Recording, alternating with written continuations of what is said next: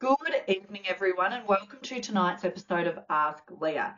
Tonight's question came in from an experienced leader, and it's about something that I'm speaking a lot on at the moment, and that is how to lead a younger generation. I sound a bit old when I say that, don't I? But this experienced leader said a large portion of their team at the moment is a much younger demographic, early 20s. And they said, I'm finding it really challenging to deliver feedback and to have those feedback conversations because in general, this demographic is proving to not be as receptive and responsive to feedback. Any tips? Now, I'm going to try really hard not to go off on a related but tangent rant here about why we need to score junior sport, but in all honesty, I do think it's all linked. Unfortunately, through things like not scoring kids' sport, we have kind of created a rod for our own back in a lot of ways, where for some people, not all people, but for some of the younger generation entering the workplace, they don't know what it's like to lose or to maybe get told that your work isn't up to scratch. And sadly, what I hear a bit of is a leader trying to deliver constructive feedback. And don't get me wrong, I do know a lot of leaders do feedback really badly, but these are leaders who are trying to do it really well and then have someone react by saying, you're bullying me, just because they tried to give constructive feedback. So there's my little tangent rant aside. What are some tips for having feedback conversations with maybe people, whether they're younger or not, who aren't as receptive or responsive to it?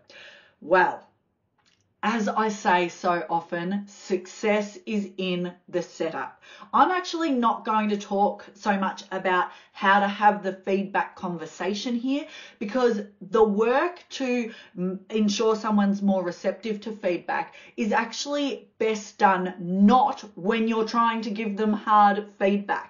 It's not about giving them the shit sandwich approach to feedback. And those of you who have read my first book, Soft is the New Hard, will have heard me say the shit sandwich approach is shit. That is when someone's so sensitive about feedback that you can't just tell them the feedback. So you have to fluff it up with something positive, then give them the real feedback, and then fluff it up with something positive at the end. That can be an okay approach if you're giving feedback in general and they are doing some things well and could improve some.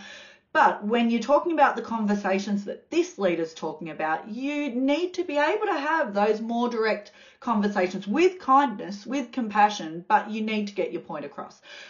So what to do? I would suggest having a conversation with the people in your team, either as a group or as individuals, depending on the size. If you can do it with both, would be great.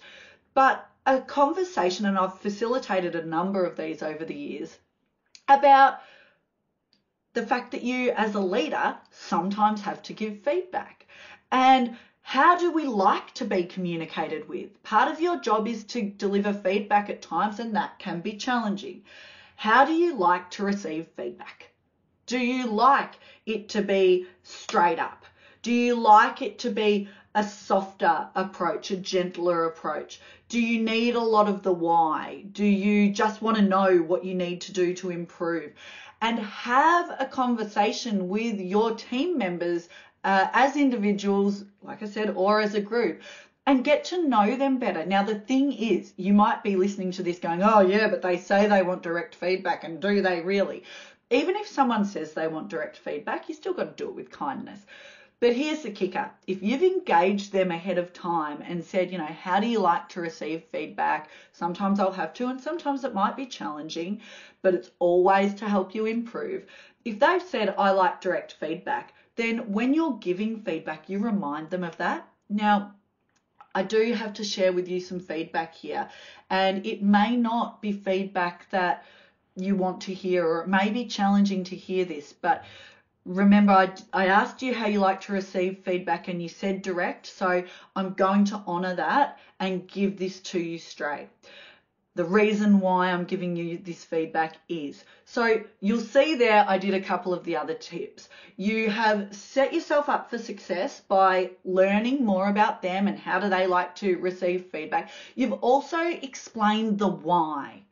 Okay, you always want to explain the why, and feedback should always be to help someone improve and develop. So even if it's hard feedback, you're looking for the reason I'm giving you this feedback is because I really want you to be successful in this role, which is why I need to talk to you about this component.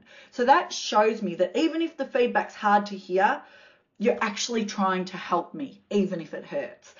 The other piece I did that I've spoken about before is inoculate first.